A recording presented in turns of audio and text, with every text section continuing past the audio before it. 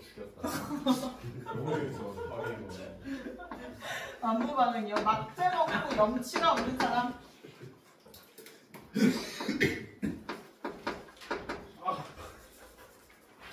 그냥 정의 그대로 가겠습니다. 염치가 없고 막대인 사람.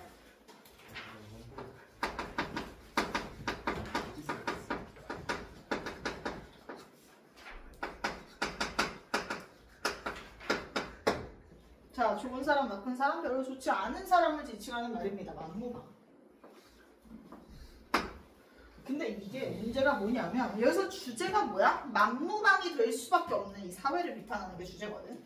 막대 먹고 염치 없고 싶은 사람이 누가 있겠니? 근데 이 세상이 모든 사람을 만무방으로 만든다. 이 얘기를 하고 싶은 겁니다. 자, 그래서 거기에다 써줍시다. 만무방이 될 수밖에 없는 사회를 비판함.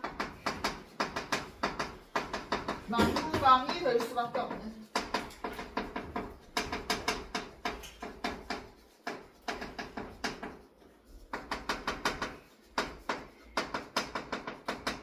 그래서 실제로 이미 만무방이 된 사람과 그 다음 만무방이 될 것 같이 보이는 사람, 이렇게 딱 두 명 나오게 됩니다. 그게 바로 응호와 응칠이다 생각하시면 되겠습니다.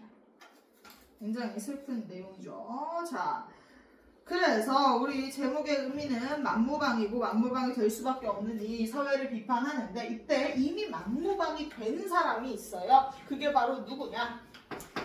응칠이야.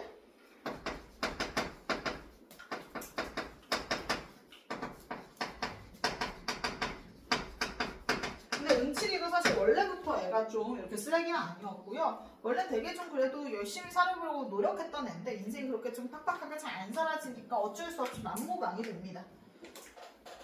양아치 정도로 생각하시면 돼요, 만무방은. 자, 그래서 제목의 의미가 너무 중요하겠고요. 자, 그리고 이제 그런 특징 몇 개 같이 가보도록 할게요. 특징은요, 전착시입니다. 현대소설은 워낙 시점이 여러 가지 나올 수 있기 때문에 잘 체크하셔야 되는데, 이번에 얘 전작작가 시점이고, 이번 소설은 거의 다 전작시로 이루어져 있네요. 자, 전작시가 여기서 좀 독특한 게 있어요. 현대소설에서 잘 이루어지지 않는 서술자 개입이 있습니다. 서술자 개입이 들어가 있어요. 유충결정과 비슷하죠?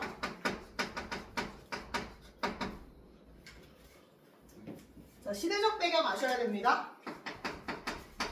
일제강점기에. 일제강점기 얘들아, 농촌 어땠겠니? 수탈이 어마무시했겠지. 당연히 얘네들 아무리 뺑이치면서 이래도 먹고 살 수가 없어. 일제강점기 농촌이 배경입니다. 일제강점기 농촌이 얘 지금 작품의 배경이야. 그러니까 이때 엄청난 수탈을 당하면서 살았을 거야. 유추 가능하죠. 자, 그리고 단어가 나옵니다. 아이러니라고 부르기도 하는데요.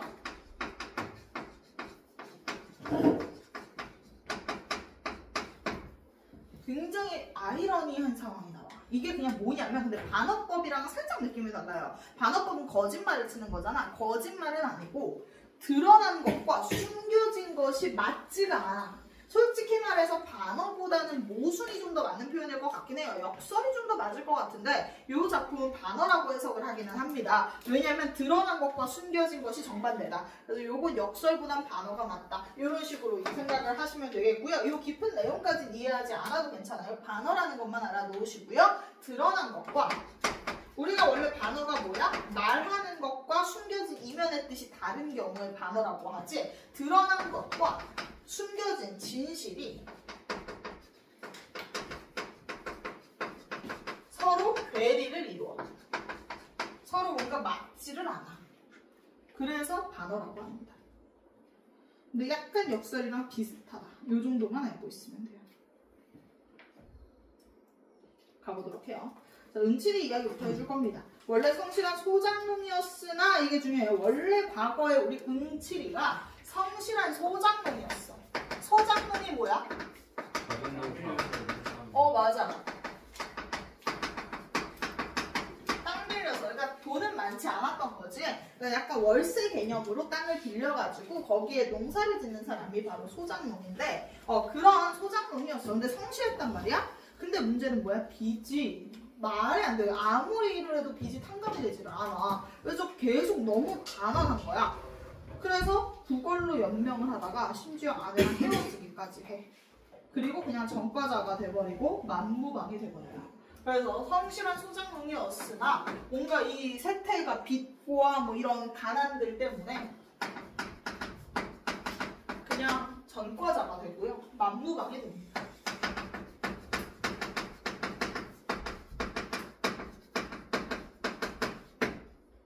이 현실이 이렇게 만든 거야. 너무 팍팍한 현실이.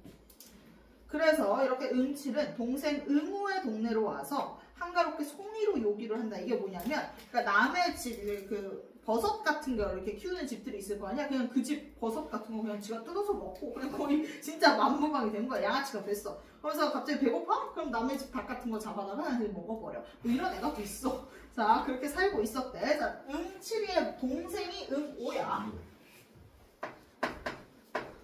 형 동생이야. 숫자로 그냥 기억해. 7살, 5살 뭐 이런 식으로 기억하셔도 되고요. 7이 더 나이가 많고 5가 더 나이가 어리겠지. 자, 그래서 응호는 어떤 애냐. 자, 주재소는 그를 노려보았다. 주재소라고 하면 일종의 경찰서 같이 생각하시면 돼요. 경찰서장이 갑자기 얘를 노려봐. 툭하면 오라가라 하는데 학질이야. 나와가지고 질리도록 경찰서에서 오라가라 한대. 너희들 아직 전과가 없어서 모르겠지만 훗날 전과가 생긴다면 그런 게 좀 있대요. 불편함이 계속 경찰서를 부른대. 뭐만 있으면 너희도 알지. 어떤 사건이 일어나면 가장 먼저 용의선상에 오르는 게 뭐야? 전과자들이야. 그러니까 얘도 무슨 사건이 일어날 때마다 어쨌든 응칠이가 전과자니까 동네에서 무슨 사건만 일어나면 응칠이부터 부르는 거야. 이번에도 네가 있냐? 이러면서. 그래서 얘가 툭하면 오라가라 해서 빡친 거야. 학질이다. 아주 질린다. 어떤 동네라도 가 있다가 무슨 사건만 나면 누구보다도 그부터 붙들려간다. 왜? 그는 전과 사범이에요. 대통령이 어떻게 우연히 전과 사범이네요. 네. 처음에는 도박으로. 근데 얘는 그럼 왜 전과냐? 전과가 생겼냐? 처음에는 도박으로, 다음에는 절도로, 또 그 다음에는 절도로. 얘들아, 근데 절도라는 게 좀 중요합니다. 자, 절도에다가 써줍시다. 자, 응칠이는 전과자인데 절도만 3번이에요. 자, 그렇다는 건 얘가 왜 전과자가 될 수밖에 없었다라는 거야? 가난을 못 이겼기 때문에.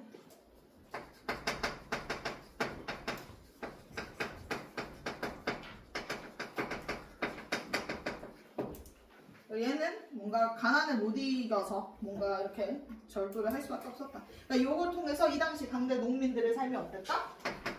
처참했다.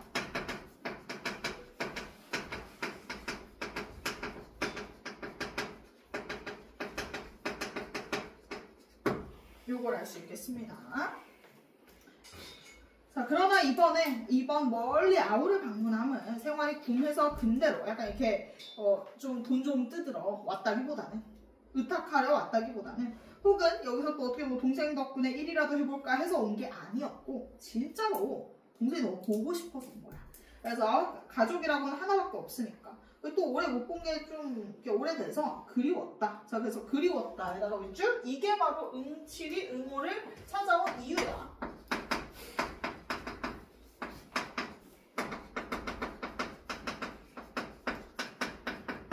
그러니까 그러면 응칠은 응호에 대해서 뭘 가지고 있어? 애정이 있어요. 우애가 있고요. 애정이 있습니다. 아껴 동생이야. 근데 그때 모처럼 찾아온 게 뜻밖의 이를 만나버린 거야. 근데 그때 찾아왔는데 그때 마침 이 동네에 뭔가 이런 절도 사건들이 일어난 거야. 그러니까 진짜 까마귀 날자 배 떨어지는 격으로 얘는 안 훔쳤는데 진짜 동생 거 훔치려고 온 것도 아닌데 그때 마침 절도 사건이 벌어졌어. 그러나 이제 지금까지 논에 벼가 서 있다면 그것은 성한 사람, 정상인이 아닐 것이다. 왜냐면 지금 이때 계절이 거의 한 9월에서 10월 정도 넘어가는 선인데 너희도 알지? 추수는 몇 월쯤에 해? 9월 극초반에 추수를 한단 말이야. 남영진? 잤니?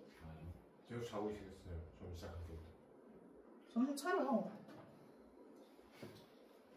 안경까지 벗고 아주 잘하는 짓이다. 가든가 집에. 자, 아이씨 빡치겠네. 자, 그랬는데 지가 정상인이 아니다. 이제 9월 거의 끝나가는 무렵인데 아직도 추수를 안 했다는 건 이건 정상인의 짓이 아니다. 응호는 응곡의 논의 별을 여태 베지 않았다. 근데 응호가 이 정상인이 아닌 짓을 했다는 거야. 왜? 지금 9월이 다 넘어가는데 별을 베지 않았어.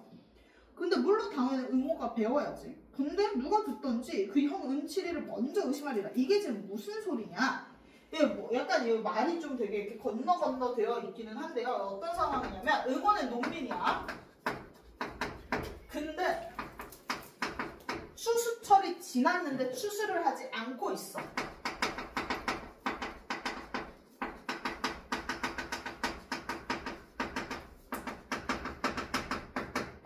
이게 뭐야? 굉장히 농민으로서? 왜 추수를 안 해? 이런 생각이 드는 상황이지. 얘가 지금 추수를 안 하고 있어서 이거 참 진짜 비정상적인데 이게 지금 매일 누가 추수를 하지도 않았는데 논의 벼를 베가는 거야.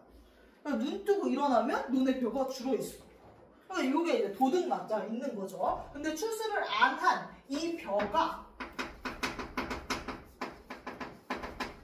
도둑 맞은 상황이야.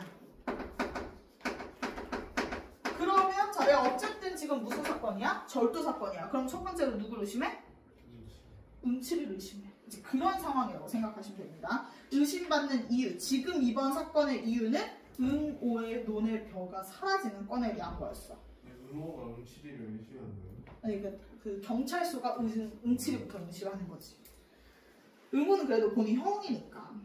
자, 그래서 지금까지 논의 벼가 서 있다면 그것은 정상인이 아닌데 응호는 자신의 논의 벼를 아직 안 배웠고, 근데 응호가 배워야 할 건데 안 배웠어. 근데 누가 듣던지 그 형 응칠이를 먼저 의심할 거다. 근데 지금 이 사건을 들으면 응칠이가 왔는데 갑자기 동생 벼에 논이 이렇게 벼가 사라져. 그럼 누가 봐도 응칠이 의심하겠지. 그럼 여기에 따르는 모든 책임을 응칠이가 혼자 지지 않으면 안 될 것이었다. 응호는 진실한 농군이었다. 자, 거기에다가 형광펜, 요거 이제 뭐 작가의 견해입니다. 작가의 평가죠. 서술자 개인. 그래서 서술자 개입으로 봅니다. 응호는 어떤 농군이야? 진실한 농군이다. 진실한 농군이야. 자, 요거는 서술자의 평가입니다.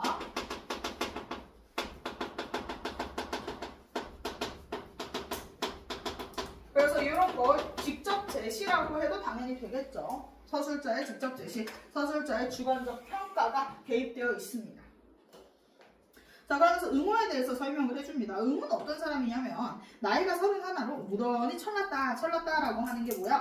애가 좀 되게 성숙하다 하고 동네에서 좀 쳐주는 모범 청년이었어. 그러니까 그만큼 응호는 성실하고 진짜 멋있어. 그런데 별을 안 내. 얘가 이상한 게 별을 안 되는 거야. 남은 다들 걷어들였고 심지어 털기까지 하는 10월인데도 얘는 안 배, 별을.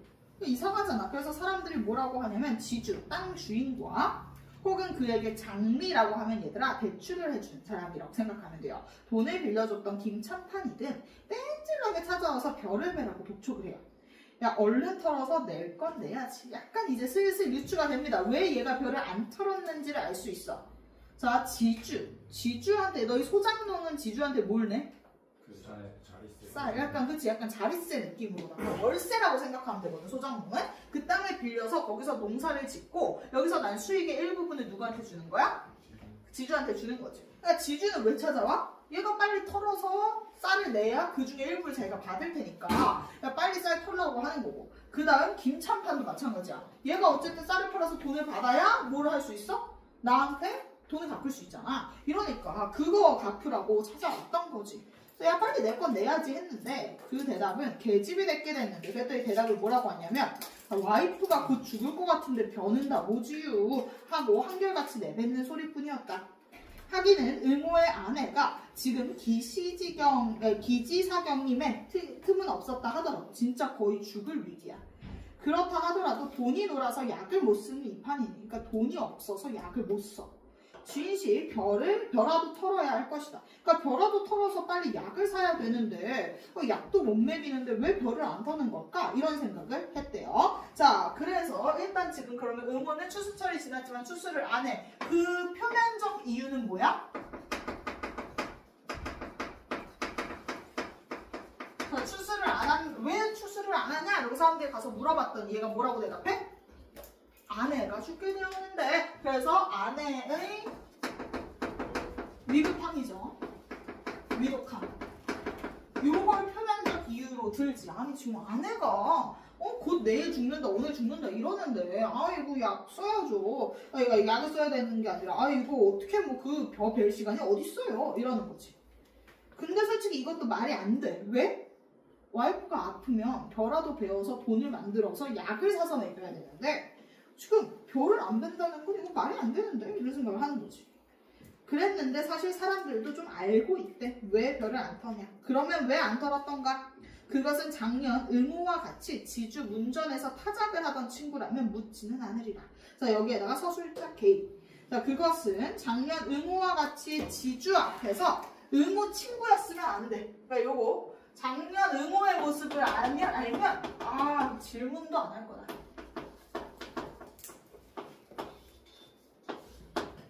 이것도 서술자의 개입이죠. 자, 작년에 응호한테 어떤 일 있었는지 알면 야 이거 안 물어볼걸?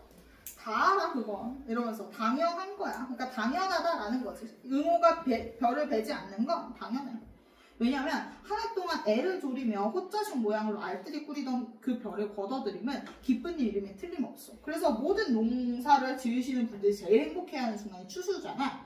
꼭두 생각부터 애틋하며 괴로움을 모른다. 자, 이게 바로 추수의 기쁨이야. 보편적인 사람들이 느끼는 추수의 기쁨인데, 그런데 문제는 이렇게 아침부터 열심히 추수를 해. 그러면 자, 캄캄하도록 털고 나서 지주한테 도지를 제하고. 자, 작년의 응호 이야기입니다. 얘가 열심히 작년에 추수를 했었다. 굉장히 기쁨이지. 기뻤어. 근데 여기서 뭘 빼? 도지를 제해. 자, 이건 누가 가져가? 지주가 가져갔대. 자, 지주는 땅 주인이거든요. 그래서 지주가 도지. 이건 뭐야? 땅 빌려주는 값. 이걸 빼야겠지, 당연히. 자, 그리고 나서 또 뭐도 빼? 장리쌀을 또 빼요. 장리쌀은요, 얘가 이 땅이 거의 진짜 월세라고 생각하면 되거든. 너희 월세 할 때 보증금이라는 개념이 있어. 알아, 이런 걸? 보증금은 뭐냐면 좀 큰 돈을 먼저 맡겨야 돼. 그러니까 약간 이곳에 들어가는 비용, 처음에 이곳에 들어가려면 뭐 보증금 500, 300. 그치 뭐. 근데 아니 요즘 되게 비싸. 몇 천이야. 얘는 보증금 5천에 월세 100 이런 느낌이거든. 그래서 보증금 5천을 딱 왜 이렇게 비싸? 그러니까 비싸. 살 수가 없어. 그래서 우리 집이야. 자, 어쨌든 이제 내 집인데 나 엄마 월세 살잖아. 슬픈 일이야. 난 집이 없어. 전세 이거 사기 때문에 그걸 무서워서 못 살겠어 지금. 그래서 지금 그러고 있는데 어쨌든 5천에 난 지금 100인 집에 살고 있는데 저 월세 5천이야. 그러면 5천을 갖고 있는 사람이 많겠니? 솔직히 막 너희는 나이 지금 30대라고 뺑뺑 우는 건 있지만 30대는 아니야. 아니라고. 나 30대 20대인데 20대야. 20대 앞자리 애기 숫자가 2라고. 앞자리 2야. 2요? 9? 9 MBTI가요? 자, 어쨌든 앞자리가 2인데 그러면 내 나이 또래에 당연히 얘들아 5천을 갖고 있는 애들이 뭐 얼마나 되겠어. 뭐 대학 졸업하고 나면 한 25막 이 정도인데. 자, 그런데 이제 만약에 그러면 이제 대출을 뭐를 껴? 대출을 끼겠지. 대출 안 끼고 사는 사람이 있어요. 그치. 어쨌든 그렇지 뭐. 그럼 대출을 끼면 그 보증금을 내기 위해서 뭘 껴? 대출을 껴. 얘도 그랬던 거야. 처음에 이 땅에 들어갈 때 좀 큰 돈이 필요해. 그래서 대출을 꼈어. 그 대출 그럼 뭐가 나가? 이자가 나가. 자, 그러니까 월세랑 다른 개념인 거야. 대출한 거에 또 이자를 내야 돼. 장리쌀이 바로 뭐야? 이자야. 그럼 그 이자도 내야 돼. 그리고 나서 세초. 얘들아, 근데 봐봐. 내가 돈을 벌어. 요번 달이었어. 그들이 나에게서 돈을 뺏어가게. 세초를 냅니다. 세금.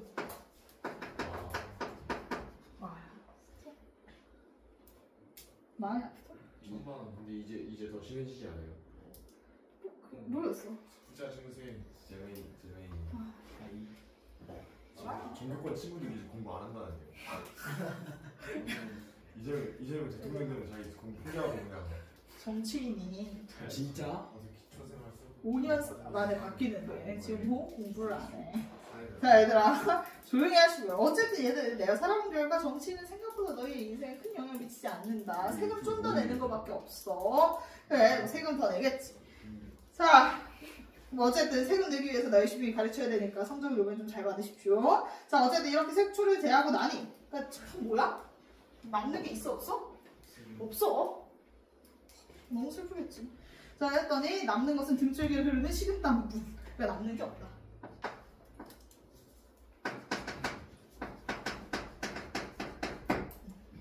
자 그럼 거기다 써줍시다. 일제강점기 농촌구조의 모순. 자 이게 그럼 모순이지. 솔직히 야, 열심히 일했는데 남는 게 있어야 그게 올바른 사회 아니니? 근데 얘는 지금 남는 게 없잖아. 자 일제강점기 구조적 모순.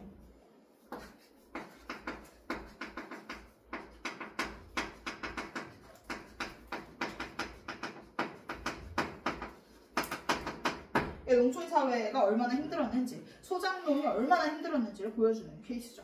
그것은 슬프다 하기보다는 끝없이 부끄러웠다. 근데 부끄러울 것 같아.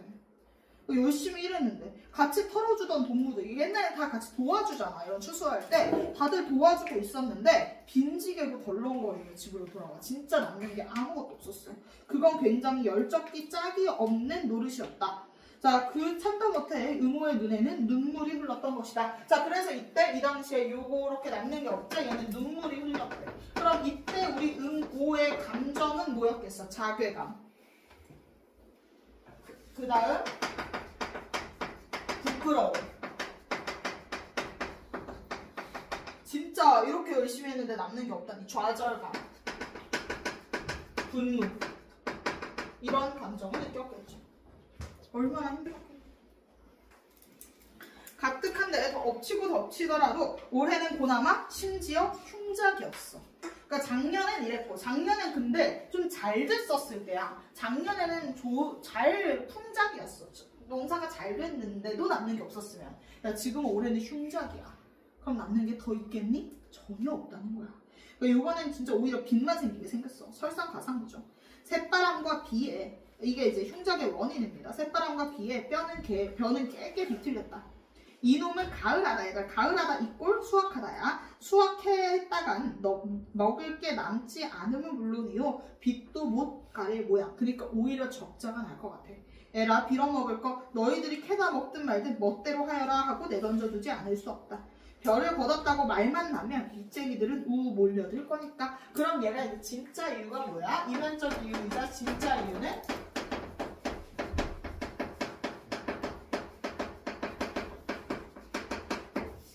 뭐를 낼 수가 없어서 별을 베면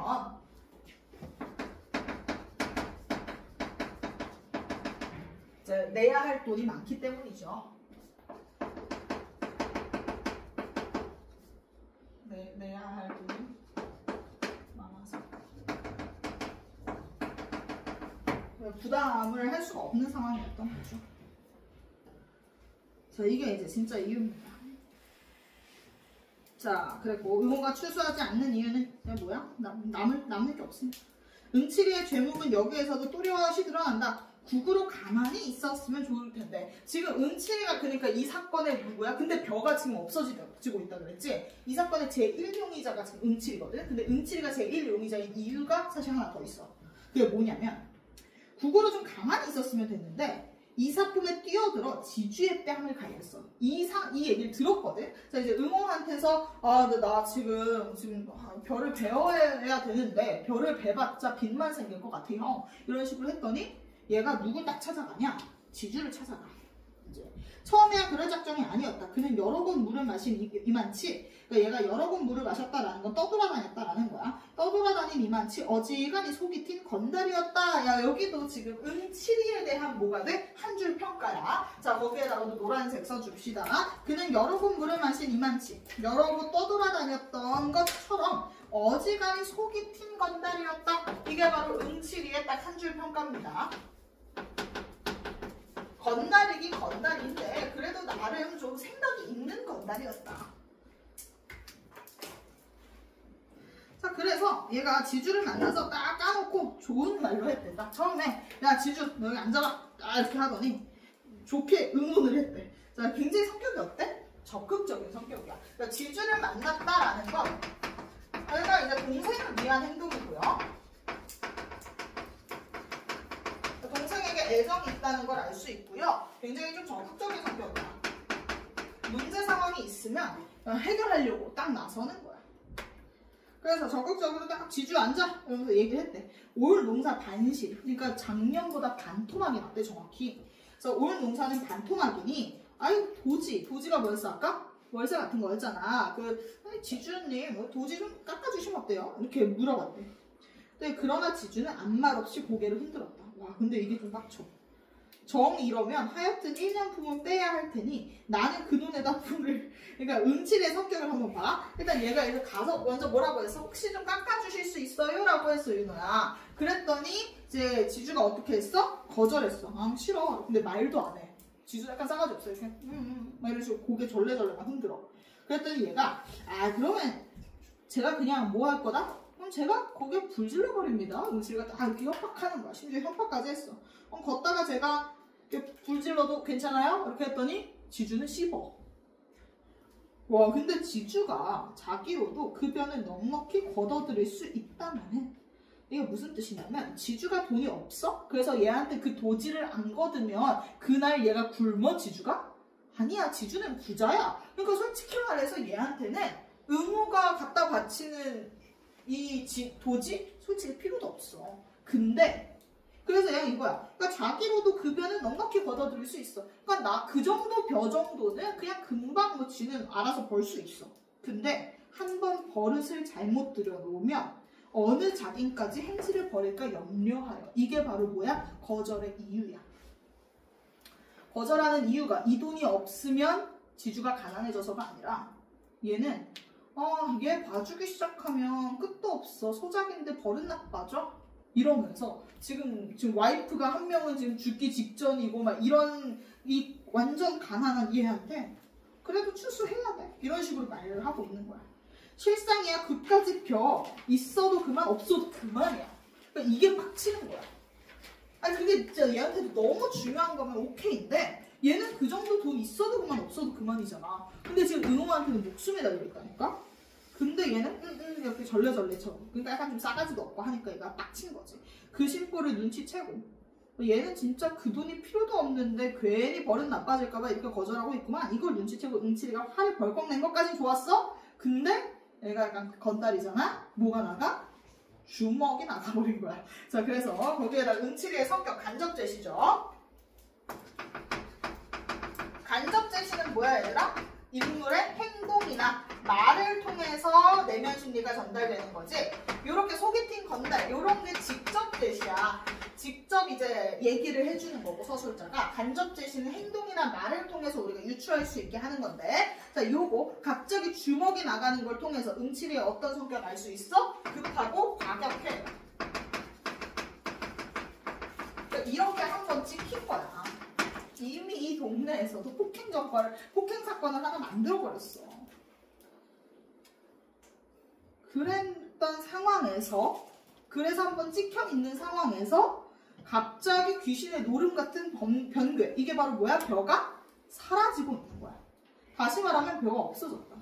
그것도 병들어 쓰러진 쭉정이를 제쳐놓고. 근데 이때 흉작이어서 되게 안 좋은 벼도 많았거든. 근데 안 좋은 벼는 말고 좋은 벼만 이렇게 사사삭 갉아갔대.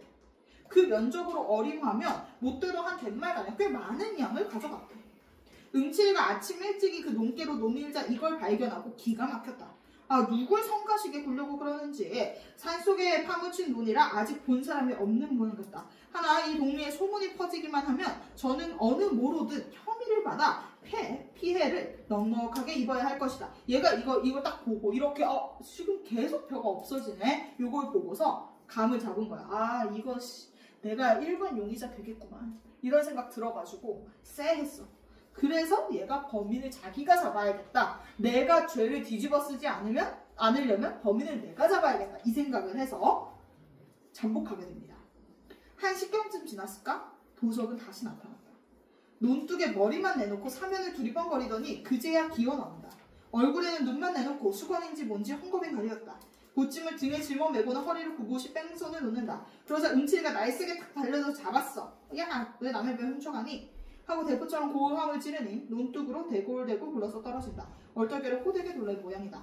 응칠이는 덤벼들어 우선 허리깨를 내려주자다. 꽉 해서 했어. 이거 좀 싸우는 거 좀 하잖아? 어이구, 처참한 비명이다. 이 소리에 귀가 번쩍 뛰었다.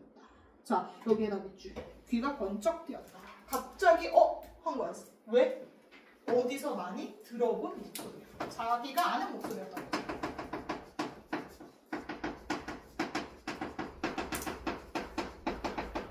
그래서 이거 뭐야? 이렇게 되는 거야. 자기가 너무 잘 아는 목소리가 나온 거죠. 자, 누구의 목소리겠어? 응모의 목소리야. 그러니까 자기가 자기 논의 별을 베고 있었던 거야. 훔쳐가고 있었던 거지. 그러나 너무가 어이없었음인지 시선을 치거들며 그 자리에 우두망찰한다. 뻥해졌대. 그것은 무서운 침묵이었다. 살뚱맞은 바람만 공중에서 부채를 논다. 한참을 신음하다가 도적은 일어나더니 성님까지 이렇게 못살게 굴기요 라고 이야기를 합니다. 자, 성님까지 이렇게 못살게 굴기요. 자, 지금 범인의 정체가 밝혀졌죠? 범인은 누구였어? 응모였어.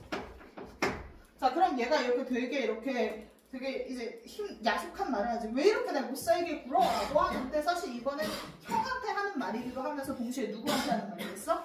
이 세상한테 하는 말이겠죠. 그래서 절망적 현실과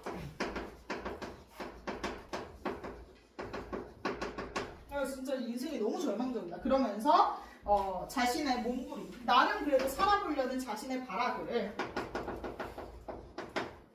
그 몸부림을 방해한 형에 대한 야속함이야.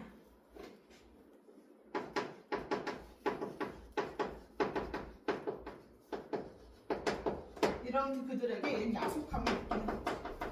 아유, 좀 삽시가 좀 이러면서.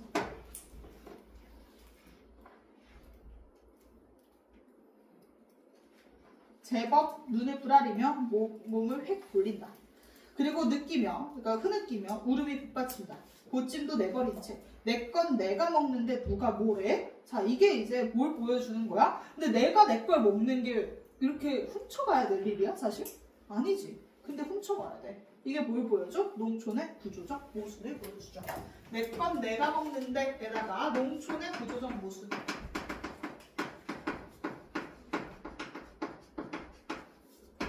그게 뭐야? 자기의 것을 자신이 훔쳐 먹어야 돼.